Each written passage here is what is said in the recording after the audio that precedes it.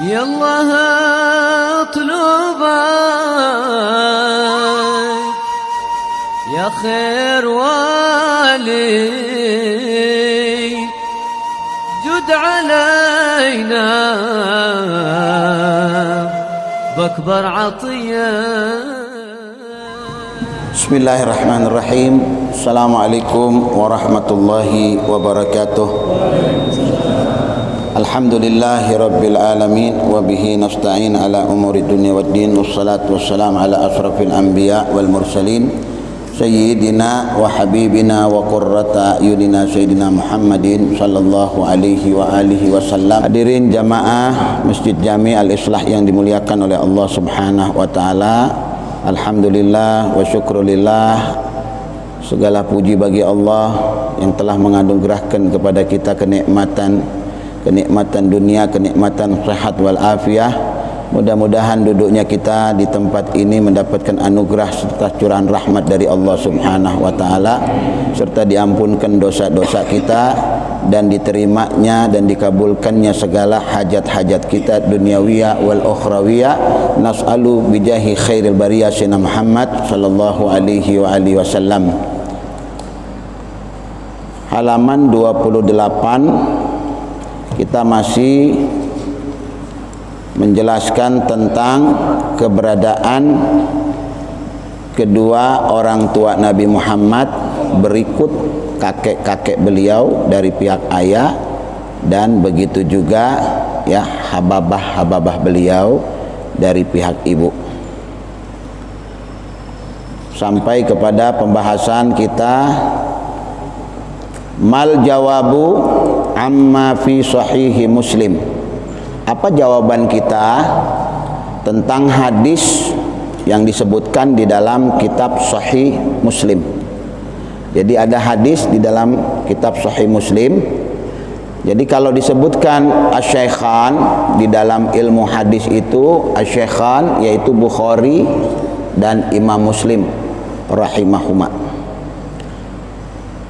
Imam Muslim di dalam sebuah hadisnya mengatakan anna rajulan, bahwasanya ada seseorang, qala lin nabi sallallahu alaihi wasallam, ada seseorang datang berkata kepada Nabi besar Muhammad sallallahu alaihi wasallam.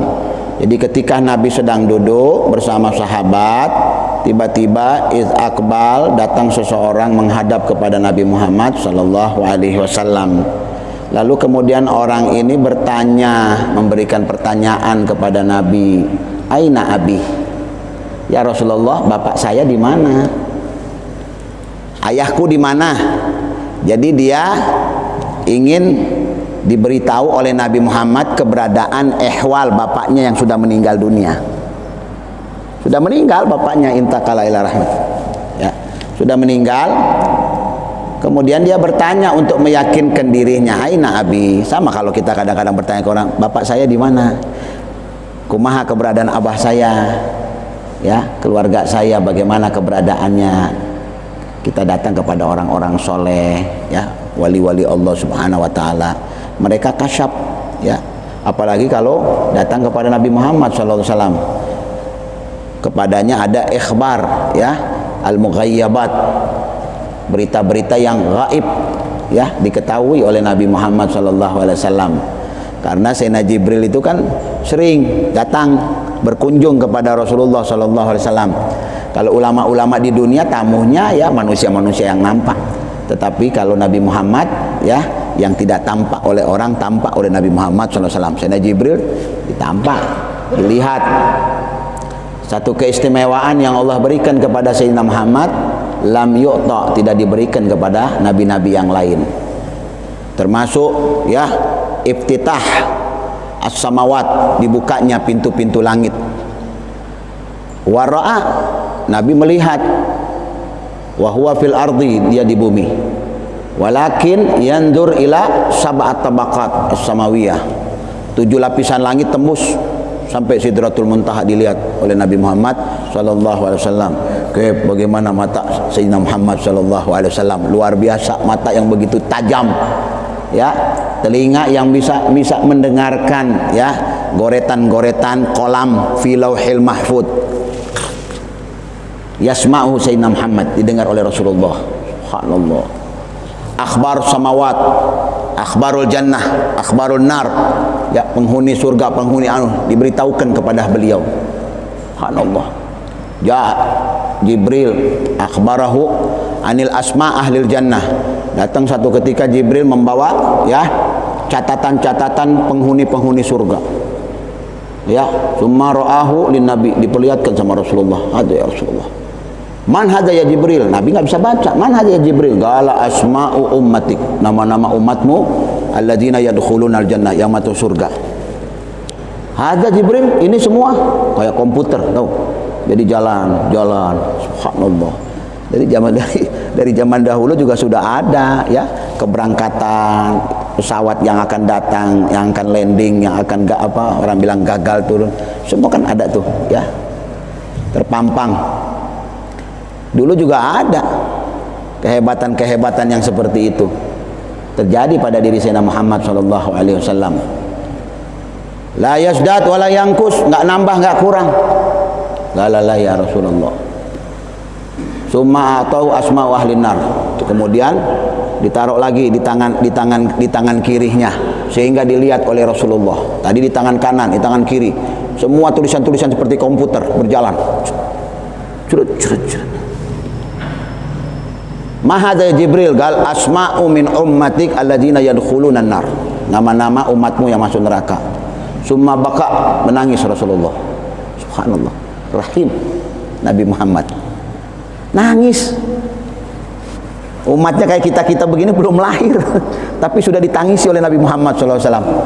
Allah, rindunya Nabi Muhammad ya, ingin berjumpa sama kita. Kepengen ketemu Pak, kepengen ketemu.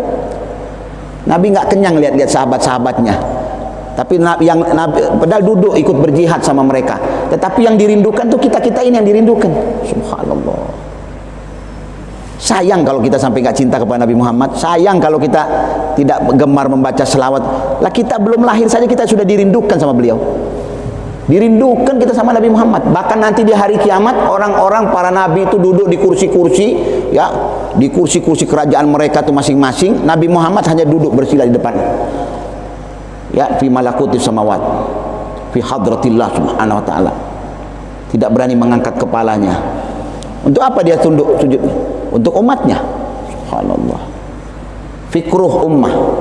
Semua dalam otaknya, dalam hatinya umatnya. Ummati, ummati, ummati. 3 kali. Ketika mau meninggal sakratul maut, kita mah boro-boro ingat kepada si anu, si pulan ya. Yang diingat mah uang, fulus ya, duit di bank disimpan, yang ayah semua di pikiran penuh.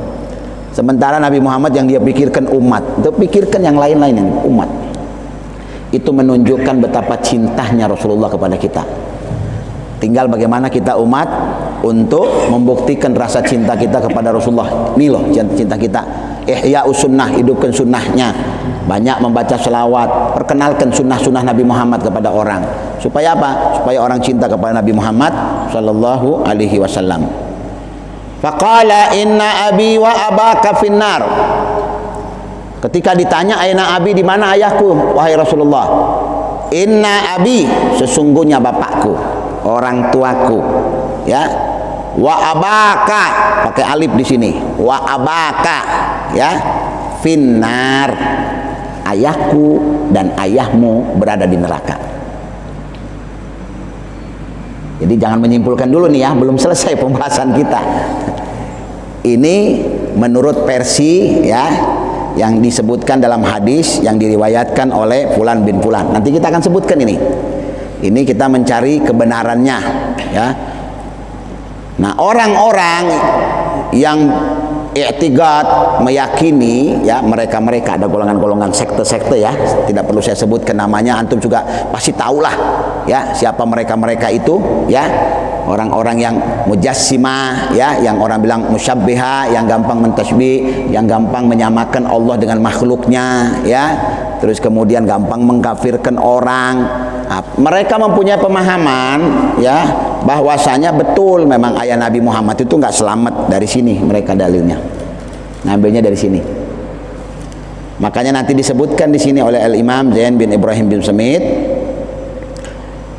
inna abi wa abaka finnar, bapakku dan bapakmu itu berada di neraka. Hadal hadis raddahu kasirun min ahlil hadis. Nah, dijelaskan. Ini hadis inna abi wa abaka, ya abak, ya bukan abu, bukan pakai waw, wa abak, ya pakai alif. Inna abi wa abaka. Dalam lughah Arabiyah itu jarang didapatkan hal yang seperti ini. Aneh bin ajaib. Mesti inna abi wa abuka. Bukan abaka, nggak ada dalam bahasa Arab itu abak. Aina abak, nggak dipakai mayustakmal indal Arab. Jadi dari segi ini saja sudah jatuh, ya keabsahannya. Belum lagi perawinya, ya, belum lagi perawi, karena perawi itu menentukan. Si perawi Sayyidina Anas bin Malik, udah jelas orang jujur. Ya siapa lagi misalnya, ya Abdullah bin Umar, khalas anaknya Sayyidina Umar itu. Tapi begitu kalau masuk satu orang yang dipertanyakan, diragukan, ya, jadi nggak benar tuh hadis, jadi dhaif tuh hadis, ya, jadi nggak kuat tuh hadis, nggak bisa jadi hujjah, nggak bisa kita pakai sebagai hujjah, argumentasi nggak bisa, jatuh karena satu orang itu. Nah ini di sini akan dijelaskan, diingkari hadis ini dari kebanyakan, jadi bukan cuma satu loh. Banyak ahli-ahli hadis, ya, hufad, para penghafal hadis, ya, sangat mengingkari sekali, menolak hadis ini, tidak menerima hadis ini. Dengan apa? Wa qalu bi adami jawazil hukmi bihi ala dzalik. Enggak boleh kita pakai jadi hukum, kata ahli hadis. Enggak bisa kita jadikan argumentasi, enggak bisa menjadikan hujjah, enggak kuat ini. Li'anna lafzah, karena sesungguhnya lafat, ya, lafat abi wa abak. Abi wa abak lam yantafiq ala dzikriha riwayah. Belum pernah disebutkan, ya, oleh para perawi-perawi, ya. Arwah belum pernah menyebutkan itu.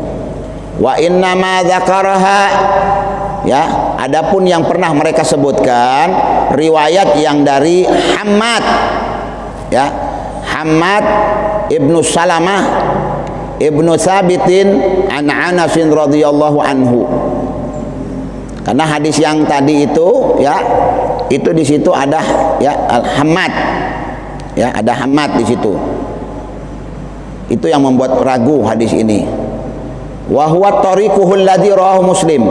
Sedangkan ini yang diriwayatkan oleh Imam Muslim, riwayat dari Hammad, ya, dari Hammad ibnu Salamah, ya. Kalau ke an Tsabit wa an Anas, ya, itu masih bisa dipertanggungjawabkan. Tapi begitu masuk, ya, Hammad ibnu Salamah, maka dipertanyakan kedudukan hadis tersebut. Kenapa? Ya, karena dia pernah berbohong, ya, dia diragukan kalau itu yang meriwayatkan itu.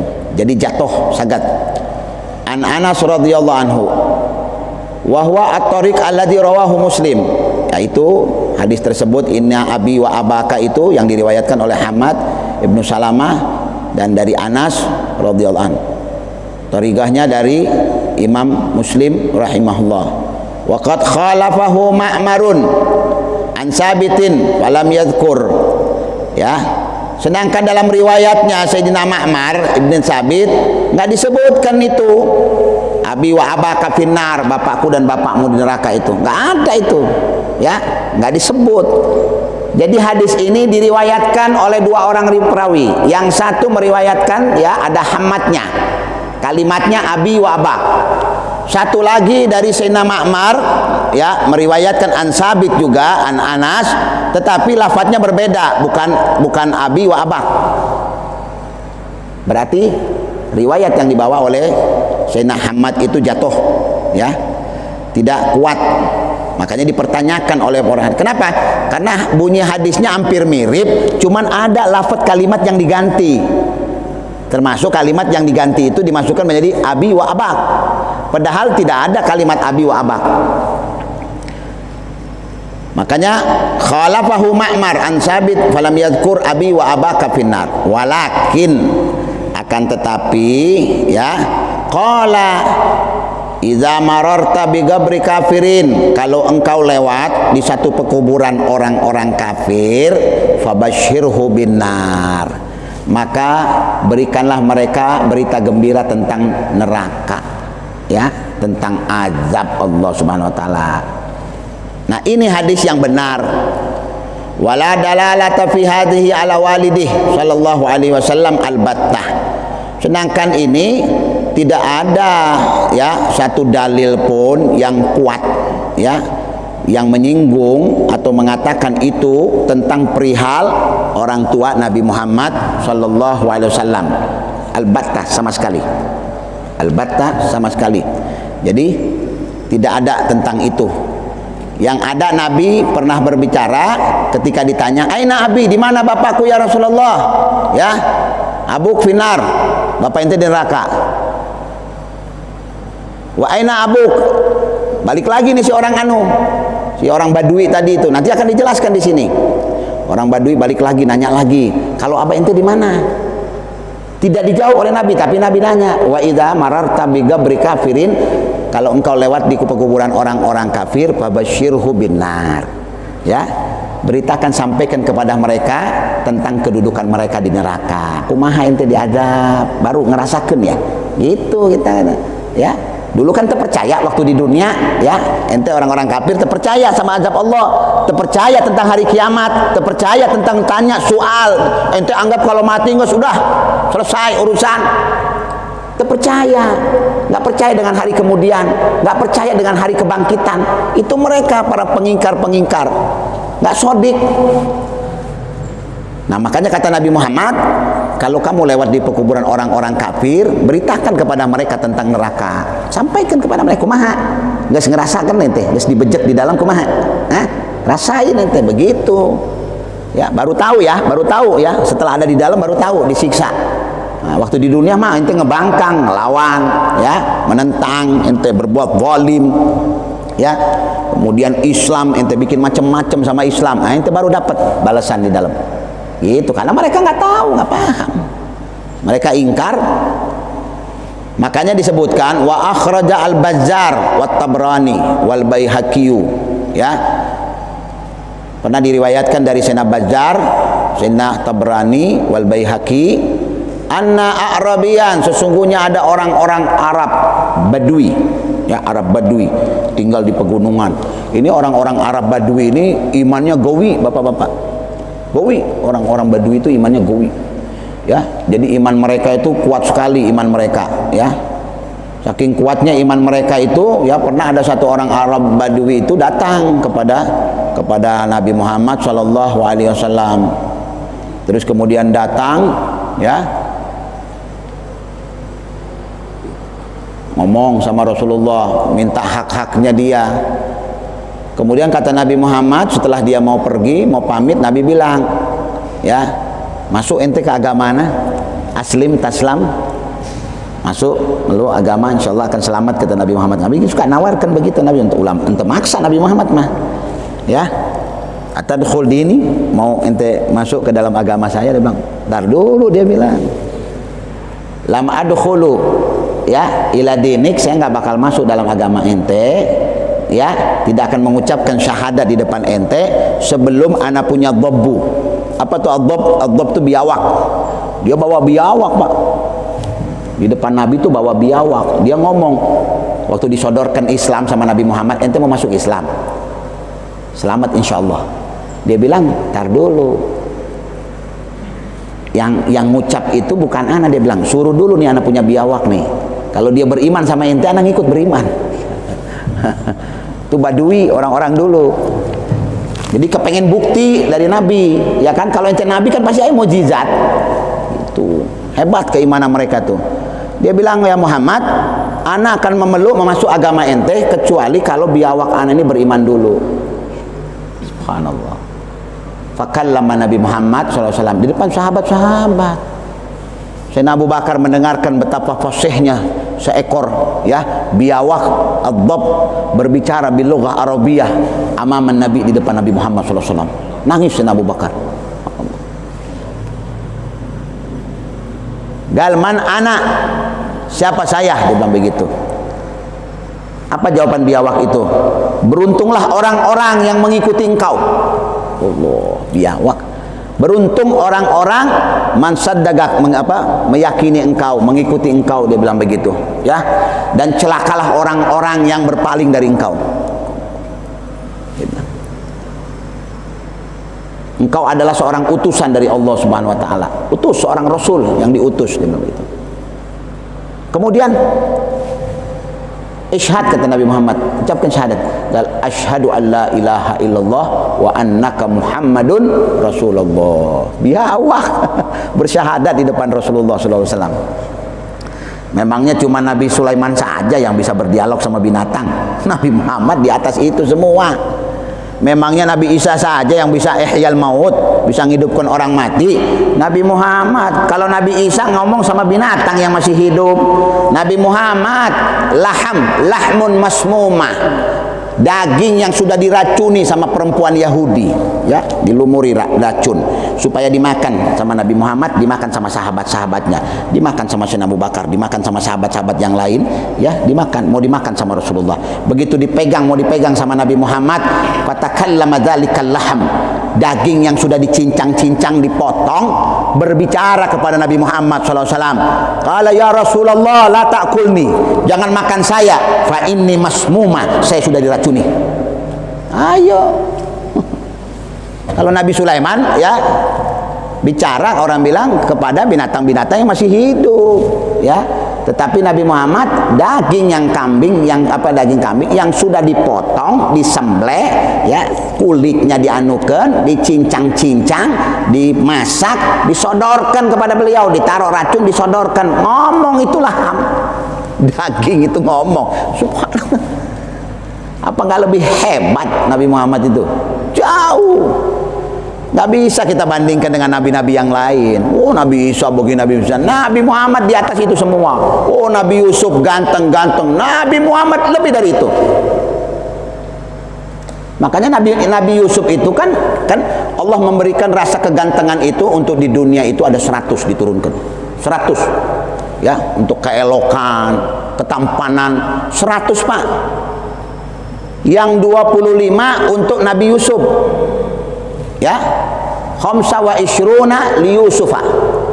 25 itu ya keelokan, kegantengan Allah berikan khusus buat Nabi Yusuf sendiri. 25 lagi tuh dibagi sama orang, sama kita-kita ini yang hidup makhluk.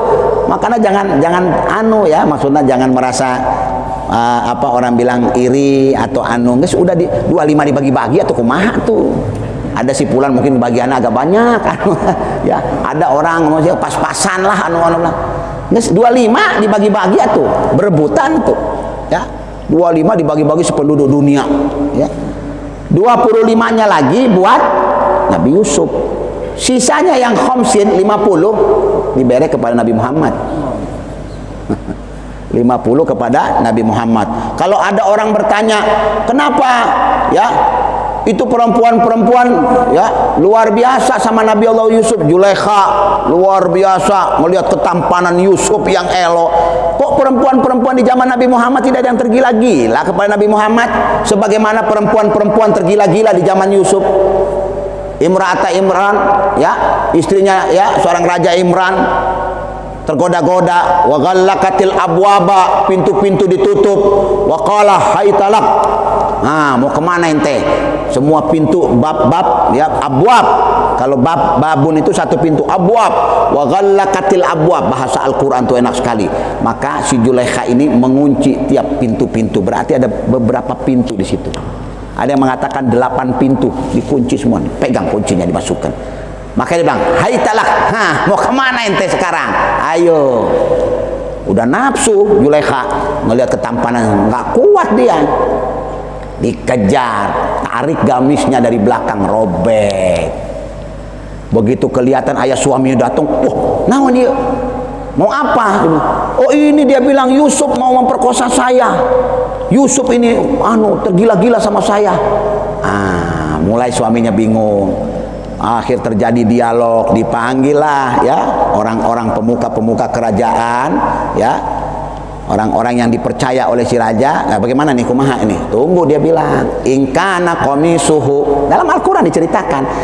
Tunggu dulu, dia bilang, kalau seandainya komisnya itu robek dari depan, berarti Yusuf terbenar.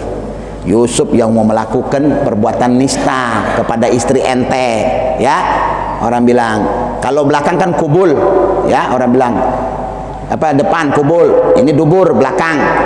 Ternyata dari kubul, ya, dari kubul, dari depan, bagian depan. Dilihat belakang itu robek belakang, belakang robek belakangna dari duburna. Di kubul mah ente. Karena perempuan itu kan kalau mau ada seorang laki-laki mau berbuat jahat kan, dia membela dirinya kan, berarti dirobek bajunya si lelaki yang di depan. Tapi kalau dari belakang yang robek kan berarti si perempuan yang narik, si lelaki mau lari, mau kabur, kemana ente? Tarik. Walamma ra'a qamisuhu qudda min duburin. Setelah dilihat ternyata komisnya robek dari belakang. Wah, berarti Zulaikha yang nggak bener nih, ya kan? Makanya Allah katakan, Yusuf a'rid an hadza, berpaling ente, ya. Makanya Pak, tipu daya perempuan itu luar biasa. Siapa yang ngomong? Allah dalam Al-Quran. Inna kaidahunna azim. Hati-hati Yusuf, tipu daya perempuan itu berbahaya. Berbahaya tipu daya perempuan. Ada satu orang perempuan nikah. Ini kisahnya nggak jauh dari ini, tentang tipu daya perempuan. Nikah sama satu orang laki-laki, punya anak, sudah beberapa umur. Tiba-tiba si perempuan sakit parah, ya, tidak ada kesembuhan. Akhirnya si perempuan ini dalam keadaan sakratul maut, ya, sudah naza. Suaminya mendekat, mah, ya, abah minta maaf sebelumnya. Abah mah cuman minta restu lamun mamah mangkat meninggal, kira-kira abah direstui teh nikah deui. Nikah lagi. Ya si suami luar biasa akhlakna ya. Padahal mah tunggu meninggal dunia, ya, ente nikah dengan sendirina. Tapi karena orang bilang akhlak, saling cinta, izin. Kumaha atuh istri mus meninggal, mus ngomongkeun mau nikah, keterlaluan si abah ya. Cuman karena jujur, ya, diizinkan tuh mah. Geus bah, dia bilang, geus saya mah udah mau meninggal ya. Yang penting mah, bah, boleh nikah yang penting kalau kuburan mama geus kering ya, lamun kuburanna kering teu basah deui geus nikah. Alhamdulillah, kata si abah, disaksikan anak-anakna di situ. Akhirnya nggak lama kemudian mengucapkan kalimat, meninggal dunia. Meninggal si abahna, wah rajin luar biasa. Namanya suami istri baru meninggal mah ya, datang doakeun, ya. Minggu depan datang deui, lihat sambil nengok. Tujuannya mah bukan cuma ziarah, mau nengokeun tanahna, geus kering teu. Ya, masih kering apa basah. Ditengok basah deui, ya.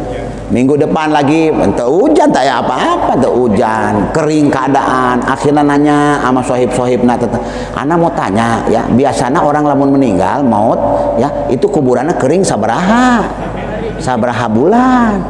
Dia bilang ente paling kadang-kadang udah paling hebat sebulan mah, apalagi musim panas mah cepet kering. Kenapa? Enggak, anak bingung, istri anak kering-kering kuburanna. Apa karena doana, apa kumaha? Ya kan, apa keinginan anak nikah kumaha? Ya coba atuh ente sabar 2 bulan, 3 bulan. Hampir mendekati 6 bulan kering-kering, bingung dia nah, kuburan yang lain-lainnya kering, iya kering. Akhirnya nanya kepada penjaga kuburan, "Kang, tadi saya mau tanya, ente suka nyiramin apa iya disiram sama ente mah?" "Oh ente Pak," dia bilang, "sama nyiram-nyiram nanti." Dia bilang, "kalau ada keluarga terus kumaha tuh? Ente jam berapa ka dia?" "Ya anak mah kalau kemarin mah agak siang-siangan dikit Pak, jam 10-an." "Oh bukan pagi, bukan." "Wah anak datang setiap jam 7," kata si lakina, "tapi basah terus." Akhirnya pulang ke rumah dia pikir, besok anak benar-benar mau tunggu di situ. Dari mulai habis subuh. Mulai habis subuh anak mau ngumpet, anak mau lihat siapa. Apa ada orang yang nyiram-nyiram. Dia diam di sebelah pohon. Kurang lebih Ya, jam 6 ada yang datang bawa air 1 gentong sirah. Begitu dia tengok, Allahu Akbar, ipar ana, ipar saudara pemajikan dipergoki, dipegang. Ente saha yang nyuruh begini? Dari kapan? Dari mulai mangkat, dia bilang, ukhti, saudara anak, saha yang nyuruh ente? Waktu mau meninggal, ukhti pesen sama anak, dek, nanti kalau kakak meninggal, ulah poho ya, tiap hari siram kuburan. Allahu Akbar. Di sini makanya Al-Quran mengatakan, inna kaidakunna azim. Tipu daya perempuan sudah mau meninggal aja masih mikirkan begitu, subhanallah. Padahal geus mangkat weh ya. Ikhlaskeun laki nama, orang bilang kumaha mau lelaki atuh, daripada maksiat lelaki na kumaha tuh ya. Boleh begitu-begitu, kembalikan kepada Allah. Kita geus mau mangkat, atau mungkin kita sudah uzur teu mampu. Kalau istri yang soleha mah, Kang, geus mamah teu bisa ngeberekan naon-naon ieu, masak juga teu bisa, geus diam di tempat tidur. Abah lamun mau kawin weh. Ada istri surgawi yang begitu, tapi ayat tuh sekarang ya begitu. Mungkin ya, teu bakal diizinkan orang mah bisa perang. Kemudian ya, kita kembali kepada ya hadis yang diriwayatkan oleh Sayyidina Bazzar Tabrani. Jadi seorang Arabi ini ketika datang kepada Nabi Muhammad, qala finnar, di neraka. Qala fa aina abuk, ini yang benar. Fa aina abuka. Ya, ada wawunya, bukan abak. Ya, kalau habis ba kemudian alif itu enggak benar. Ya. Itu tidak dibenarkan di dalam, secara lughawi saja, Arabia saja sudah menyimpang ya, secara lafadz ya, secara bahasa lafadznya itu sudah menyimpang. Yang benarnya itu inna abi wa abuka ya, abi bapakku, wa abuk bukan abak, karena nggak dipakai. Qala, berkata ya Rasulullah Shallallahu Alaihi Wasallam kepada orang Arab Badui itu, haitsu mararta bigabrin kafir fabashirhu binar. Kalau kamu melewati satu pekuburan orang-orang kafir, maka sampaikan berita ya tentang siksaan kepada mereka, tentang neraka kepada mereka. Fabashirhu, bashir, beritakan kepada mereka tentang neraka. Kemudian wa isnaduhu hadal hadis ala syarti syaikhan ya, hadis ini ya yang abuka itu pakai wawu ya, ini memenuhi syarat ya yang diriwayatkan oleh asy-syaikhan, yaitu Sayyidina Al-Imam Bukhari wal Imam Muslim ya. Jadi Imam Muslim ini muridnya Imam Bukhari ya, jangan salah, jangan keliru ya. Ya, Imam Bukhari dulu baru Imam Muslim, makanya Bukhari Muslim ya. Imam Muslim berguru kepada Imam Bukhari rahimahullah, luar biasa ya. Al-Imam Bukhari luar biasa mengumpulkan hadis-hadis sahih Nabi Muhammad SAW. Gak gampang Pak mengumpulkan hadis ya, luar biasa. Sesuatu yang orang bilang ada pada sanubari seseorang, didatangi ya, ini orang banyak menyimpan hadis Nabi Muhammad, ini orang banyak menyimpan hadis Nabi Muhammad. Makanya Habib Umar bin Hafid itu nggak kurang dari 100.000 dia hafal hadis. Habib Umar bin Hafid itu masih muda, 55 tahun ya, makanya gelarnya musnid gelarnya ya. Kalau Al-Hafid ya, Al-Hafid itu 300.000 ya, gelar Al-Hafid. Al-Imam As-Suyuti rahimahullah 300.000 dia hafal hadis ya. 100.000 itu musnid, seorang musnid. Gak gampang Pak dapat gelar-gelar seperti itu.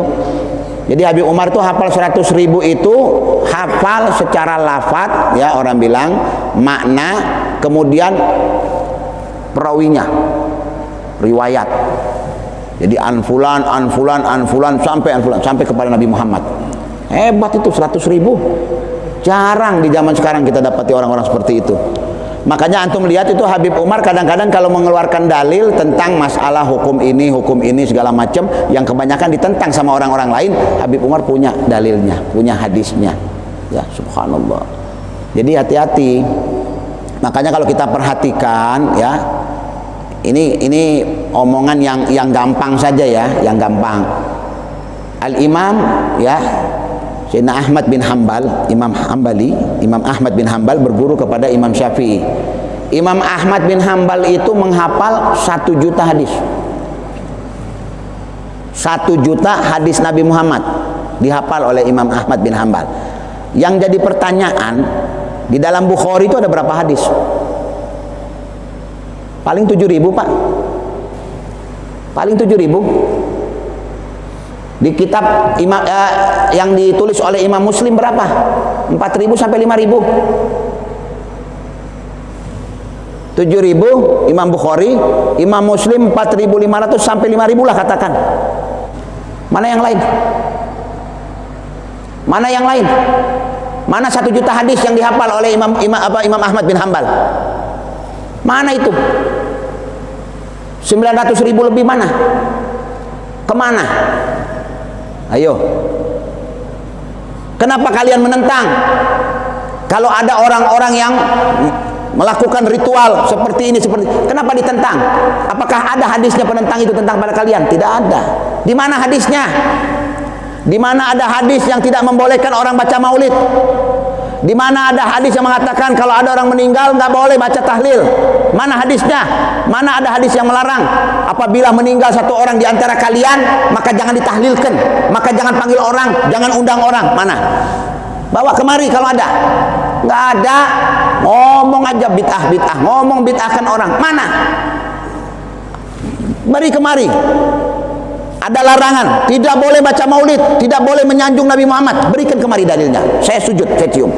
Tidak ada dalil. Jangan ngomong kalau nggak punya dalil. Jangan menentang kalau tidak punya dalil. Karena Imam Ahmad bin Hanbal 1 juta hadis dihafal. Ente baca hadis berapa? Kembalikan kepada mereka. Baca hadis berapa ente? Hafal hadis berapa ente? Berapa hadis ente baca?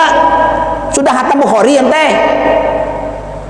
Sedangkan di Bukhari 7.000, Imam Muslim 5.000. Sedangkan kita sampai kepada kita Imam Ahmad bin Hanbal 1 juta hadis. Terus bagaimana? Bagaimana kita mau menghukum seperti itu? Jadi subhanallah ya, jadi gampang. Jadi kita ini kadang-kadang, makanya orang itu mantaba'a hawa, mengikuti hawa nafsunya bisa celaka. Nggak boleh menentang-menentang. Ada orang meninggal melakukan ritual ya, hari pertama, hari kedua, hari ketiga, hari ketujuh sampai hari ke-40. Semua ada dalil. Semua ada ajaran, ada tuntunan bapak-bapak. Sekarang kalau kita bertanya mana yang lebih baik daripada kita datang kepada orang yang sedang kedukaan begitu, datang cuma ngobrol-ngobrol, ngalur ngidul ngomongin dunia, datang ngerokok segala macam, minum kopi, kue, makan kue, dibandingkan ayah satu kelompok meninggal keluargana, meninggal orang tuana, tahlilan, halala yuhallilu, la ilaha illallah, abdullah zikri fa'lam anu. Mana yang enak, mana yang nikmat, mana yang turun rahmat, mana yang turun laknat? Yang ngumpul-ngumpul cuman ngobrol-ngobrol, ngomongkan batur, ngomongkan orang, ribain orang, laknat yang turun. Sedangkan di kelompok-kelompok yang la ilaha illallah, mengesahkan Allah subhanahu wa ta'ala, kan luar biasa Bapak. Yang salahnya di mana? Tanya salah. Orang mau mengesahkan Allah, halala yuhallilu, la ilaha illallah. Kalimat itu kalau mati langsung masuk surga. Mangkana akhir kalamuhu minad dunya la ilaha illallah dakhalal jannah, kata Nabi Muhammad. Lah kalau orang lagi tahlil la ilaha illallah, la ilaha illallah, datang malaikat maut, cabut nyawa, masuk surga tak Pak? Dibanding yang duduk minum kopi, ada kematian, oh itu boleh, oh ini mungkar, oh ini ngomongkan batur di itu, ngomongkan dunia, ente jual sabaraha, datang malaikat cabut nyawa anak kumaha. Kembalikan kepada diri kita, ini fakta. Orang-orang di Hadramut tuh, ulama-ulama di Hadramut bukan orang-orang bodoh, mereka tuh mufti. Orang seperti Habib Umar, Habib Zain bin Semit, itu orang-orang yang yatabahar fil ulum, luar biasa. Mereka tuh ziarah setiap Jumat ke Jambal. Kalau seandainya ziarah itu kemudian tidak disyariatkan di dalam agama Nabi Muhammad, makanya ya zurun, mereka nggak bakal ziarah. Tetapi mereka berziarah karena ada di antara mereka, kakek-kakek mereka pernah bermimpi berjumpa dengan Nabi Muhammad. Nabi katakan kepada mereka, ada pahala yang lebih lebih hebat daripada engkau salat sunnah. Pahala yang akan kau dapatkan lebih hebat, bahkan 70 kali engkau salat sunnah lebih hebat daripada yang kau lakukan, lebih hebat yang kau lakukan. Apa itu ya Rasulullah? Yazuruna shalihin, menziarahi orang-orang saleh, menziarahi wali-wali Allah, lebih dari kau beribadah sunnah kepada Allah Subhanahu wa taala pahalana. Makanya orang tuh sampai berbondong-bondong pergi kalau perlu pakai bis berziarah ke kuburan-kuburan wali-wali. Kenapa? Besar pahala yang mereka dapatkan, lebih besar daripada sholat-sholat sunnah yang mereka lakukan tiap malam. Jadi jangan main-main. Ini menurut ru'yah seseorang orang wali besar yang bertanya kepada Rasulullah SAW. Makanya mereka-mereka yang di Hadramut itu mufti-mufti yang kaliber luar biasa mereka. Itu mereka berziarah. Tiap Jumat itu berziarah. Kenapa mereka tiap Jumat berziarah? Karena orang-orang yang didatangi di hari Jumat itu lebih paham, lebih mengerti, tahu siapa yang berziarah melebihi hari-hari yang lain. Jadi lebih paham, lebih mengerti, melebihi hari-hari yang lain tentang pengetahuan mereka tentang berziarah di kuburan orang-orang soleh. Itu yang dilakukan oleh mereka. Kita lanjutkan sedikit lagi. Kemudian wa ta'ayyana al-i'timadu ala hadzal lafaz wa taqdimuhu ala ghairi.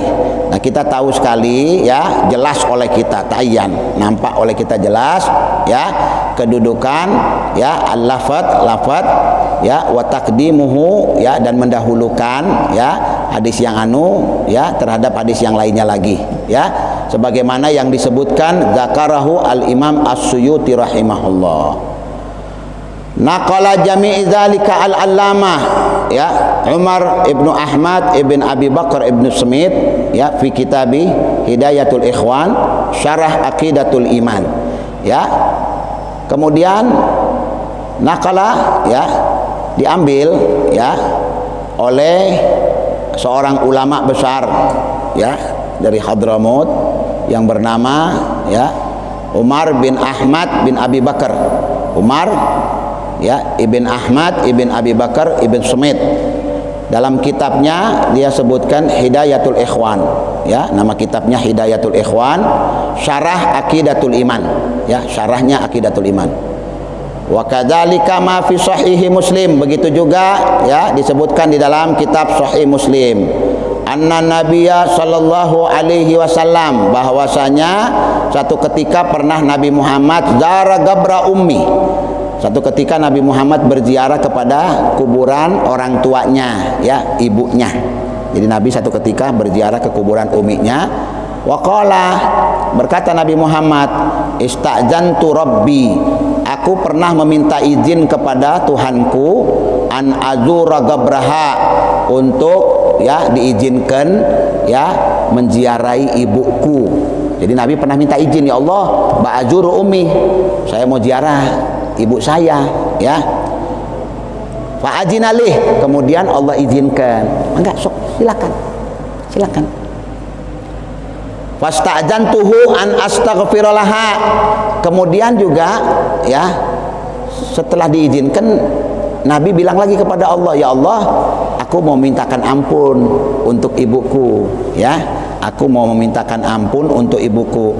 Falam ya'zan li, menurut riwayat ini Allah tidak izinkan kepadanya.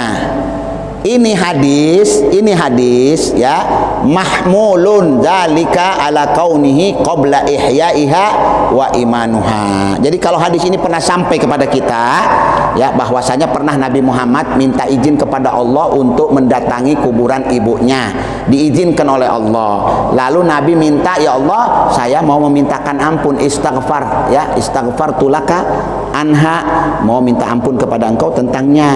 Kemudian Allah tidak izinkan.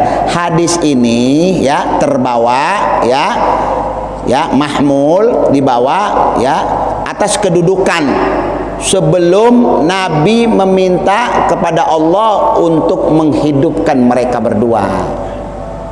Jadi hadis ini ketika Nabi minta satu untuk ziarah ke ibunya, diizinkan. Minta untuk mintakan ampun, diizinkan. Itu sebelum peristiwa Allah membangkitkan keduanya untuk beriman kepada Nabi Muhammad. Kayak disebutkan di sini. Qabla ihya'iha wa imaniha, sebelum membangkitkan mereka berdua, menghidupkan mereka berdua dan beriman kepada Nabi Muhammad sallallahu alaihi wasallam. Wa qaunul imani yanfa'u ba'dal maut. Ya, ini dalil keimanan seseorang itu bermanfaat walaupun dia sudah mati. Termasuk yang terjadi kepada ya kedua orang tua Nabi Muhammad sallallahu alaihi wasallam. Karena ada riwayat ya yang sahih, riwayat yang sahih bahwa Nabi pernah meminta kepada Allah untuk dihidupkan kembali kedua orang tuanya. Bapak-bapak, walaupun Nabi tidak minta, orang tuanya meninggal dunia itu sebelum Nabi diangkat menjadi nabi, sebelum diangkat menjadi rasul. Bagaimana Allah akan mengadab ya sebelum ya'ti alaihim rasulan, sebelum datang kepada mereka seorang penyeru, pembawa berita gembira dan berita ya yang menakutkan. Ketika meninggal bapaknya Nabi di mana? Di perut ibunda tercinta. Ketika lahir Rasulullah ya umur berapa? Umur 6 tahun, ada yang mengatakan 8 tahun wafat ibunda. Nabi belum diangkat kok menjadi seorang nabi. Bagaimana Allah akan mengajab mereka sedangkan Rasul belum datang kepada mereka, belum ada yang memberikan pengertian kepada mereka, belum ada yang bawa ini agama. Kumaha mau diajab atuh? Kalau umat-umat terdahulu mereka sudah ada nabi-nabinya. Berarti mereka itu hidup di zaman fatrah. Di zaman fatrah. Apa itu zaman fatrah? Zaman fatrah yang orang yang melakukan perbuatan salah tidak diajab oleh Allah. Kenapa? Belum ada seorang nabi yang memberikan pengetahuan. Sama seperti anak-anak yang kecil, umur kecil belum balik, melakukan apapun tidak berdosa di hadapan Allah Subhanahu wa taala. Apalagi mereka belum tamyiz ya, belum bisa membandingkan mana yang halal, mana yang haram, mana yang panas, mana api, mana roti. Itu kan tamyiz namanya. Tamyiz itu yang bisa membedakan. Oh ini roti, oh ini bara api. Kalau yang dia makan bara api diambil, berarti belum tamyiz dianya itu, belum mumayyiz, orang bilang belum bisa ya membedakan mana yang hak, mana yang batil sebelum balik. Tetapi kalau sudah seperti itu mulai, makanya anak-anak itu umur 7 tahun tuh kita mulai ajarkan mereka tentang sholat. Fadribuha fil ashri, kata Nabi Muhammad. Kalau sudah umur 10 tahun pukul, walakin bidorbil khafif, pukul dengan pukulan yang ringan. Jadi ulah sampai menyakitkan memukul anak. Ya, wahjaril wajah, kata Nabi Muhammad. Kalau mendidik anak, mukul anak, hindari wajah, nggak boleh. Ya, pukul kakinya, cubit dia, ulah dikemplang kepala, nah segala macam, ditonjok segala macam. Nah, itu mendidik anak mata seperti begitu. Ya, babuk siap itu dianukan kasar ke anak. Ya, gebuk itu boleh, pakai kayu, pakai jadi anak jadi lumpuh. Ya, matanya anak jadi nggak karuan. Ya, sama bapaknya dicolok segala macam. Waliyadzubillah. Bukan seperti itu mendidik. Ya, mendidik itu dengan bidorbil khafif. Ya, memberikan pengertian kepada mereka, pengetahuan kepada mereka supaya mereka mengerti dan paham. Ya. Kemudian ya bahwasanya al-iman ba'dal maut fa khususiyatun laha. Ya. Keimanan mereka setelah mati itu adalah satu khususiyah yang Allah berikan kepada kedua orang tua Nabi Muhammad, wa karamatun lahu, dan satu kekeramatan untuk Nabi Muhammad sallallahu alaihi wasallam, atau satu kemuliaan yang Allah berikan kepada Nabi Muhammad. Khususiyah untuk kedua orang tuanya, kemuliaan untuk Nabi Muhammad sallallahu alaihi wasallam. Apa kata si penulis? Fasallim taslam. Ya, maksudnya apa? Hindarilah kalian pertikaian, ya, gosip, ya, bergunjing mengenai orang tua Nabi Muhammad SAW. Fasallim taslam, maksudnya apa? Kunci mulut, ulah su'don, ulah banyak ngomong-ngomongi tentang kedua orang tua Nabi. Kenapa? Hati-hati, karena Allah di dalam Al-Quran, siapa-siapa walladzina yu'dunan Nabi, mereka-mereka yang mengganggu Nabi Muhammad, yal'anahullah, dilaknat oleh Allah, wal malaikatu ajmain, malaikat-malaikat melaknat orang yang menyakiti hati Nabi Muhammad. Apakah kalau ada orang berbicara tentang kedua orang tua Nabi, menjelek-jelekan kedua orang tua Nabi, apakah tidak menyakitkan hati Nabi Muhammad? Pasti menyakitkan hati Nabi Muhammad sallallahu alaihi wasallam. Dan orang yang menyakiti hati Nabi Muhammad akan berperang dengan Allah Subhanahu wa taala. Ingat apa kata Sahibul Zubat Ibn Ruslan Ini cuman masalah urusan sahabat loh, belum orang tua Nabi. Wa ma jara bainas sihabi naskutu anhu wa ajral istihadi nusbitu. Sahibul Jubat. Apa-apa yang pernah terjadi kepada sahabat-sahabat Nabi Muhammad, kalau mereka beristihad, kalau salah dapat 1, kalau mereka beristihad benar dapat 2 pahalanya di sisi Allah, karena mereka sahabat-sahabat Nabi Muhammad. Ajra, ya orang bilang mereka itu, wa ajral istihadu nisbitu, mereka itu beristihad dan ditetapkan oleh Allah Subhanahu wa taala. Wa majara bainas sihabi nasqutu, apa yang pernah terjadi, kata Ibnu Ruslan dalam kitab Jubatnya, apa-apa yang terjadi pada sahabat-sahabat, ya, nasqutu, tutup mulut, ulah banyak menggunjingkan, ulah banyak ngomong, oh itu perang Jamal itu terjadi kepada istri Nabi Muhammad, ya istri Nabi Muhammad, Sayyidatuna Aisyah dengan Imam Ali, sempat agak memanas sedikit pasukan Ali, pasukan, ya, Sayyidatuna Aisyah Ummul Mukminin. Nah, orang kadang-kadang ya mulai ada Syiah ngomongkan tentang istri Nabi kia-kia, nggak boleh, hati-hati, bahaya kita, ya, karena mereka beristihad. Sayyidatuna Aisyah beristihad, Sayyidina Ali beristihad pada waktu itu. Hati-hati, ya, hati-hati seperti itu. Itu namanya perang Jamal, ya, perang ontak. Ya, perang Jamal, satu pasukan dipimpin oleh istri Nabi Muhammad, Sayyidatuna Aisyah, karena berlainan ideologi pemikiran, ya. Jadi berlainkan, orang bilang satu pendapat. Siti Aisyah mempunyai pendapat begini, berlainan. Kemudian adalah penghasut yang mengompori keadaan itu. Bikinlah, orang bilang, ya, manuver yang membuat pasukan menjadi acak-acakan. Oh itu orang suruhan Imam Ali, itu sehingga saling perang mereka. Tapi kata Ibnu Ruslan, apa yang terjadi dengan mereka para sahabat-sahabat, tutup mulut kalian, ulah banyak ngomong, karena berbahaya kalau kita berbicara. Itu kepada sahabat, kumaha lagi kalau kedua orang tua Nabi Muhammad sallallahu alaihi wasallam. Firman Allah, wallahu yakhtassu bi rahmatihi may yasha. Wajar Allah akan memberikan kekhususan kepada hambanya yang dia pilih, yang dia inginkan. Mayasya yakhtassu bi rahmatihi mayasya. Allah itu akan memberikan sesuatu kekhususan, kemuliaan dengan rahmatnya kepada siapa yang dia kehendaki. Orang tua Nabi dihidupkan sama Allah, beriman kepada Nabi Muhammad, asyhadu an la ilaha illallah wa annaka, wahai engkau anakku Rasulullah sallallahu alaihi wasallam. Apa nggak mungkin Allah bisa begini? Bisa. Nabi Isa saja bisa lahir tanpa seorang ayah, Nabi Adam bisa lahir tanpa ayah, tanpa ibu. Apa Allah tidak menjaga? Sayyidatuna Maryam saja dijaga sama Allah, nggak punya laki-laki. Fanufikha min ruh, diberikan ruh, ditiup, ya. Kemudian Hublah hamil, ada Isa di dalam. Kemudian mau melahirkan, disuruh pergi ke gunung. Kemudian pohon korma rutop disuruh goyang-goyang, dijaga sama Allah. Mahrusa, perempuan walia, bukan seorang nabi, Siti Maryam, tapi dijaga, perempuan soleha, perempuan tahir, suci, dijaga. Apakah ibunda Nabi Muhammad tidak dijaga oleh Allah? Asyawakallah, nggak mungkin, mustahil. Kalau Siti Maryam dijaga, kemudian ibunda Nabi Muhammad tidak. Kenapa? Karena di dalam perutnya mengandung seorang manusia agung yang bernama Sayyidina Muhammad sallallahu alaihi wasallam. Wallahu dzul fadlil azim.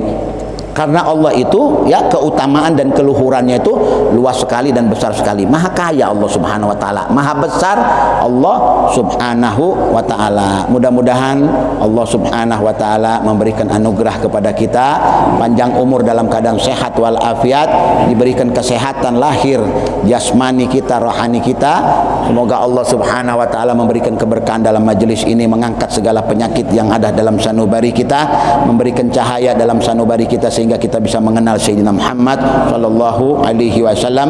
Subhanakallahumma wa bihamdik, asyhadu an la ilaha illa anta, astaghfiruka wa atubu ilaik. Assalamu alaikum warahmatullahi wabarakatuh.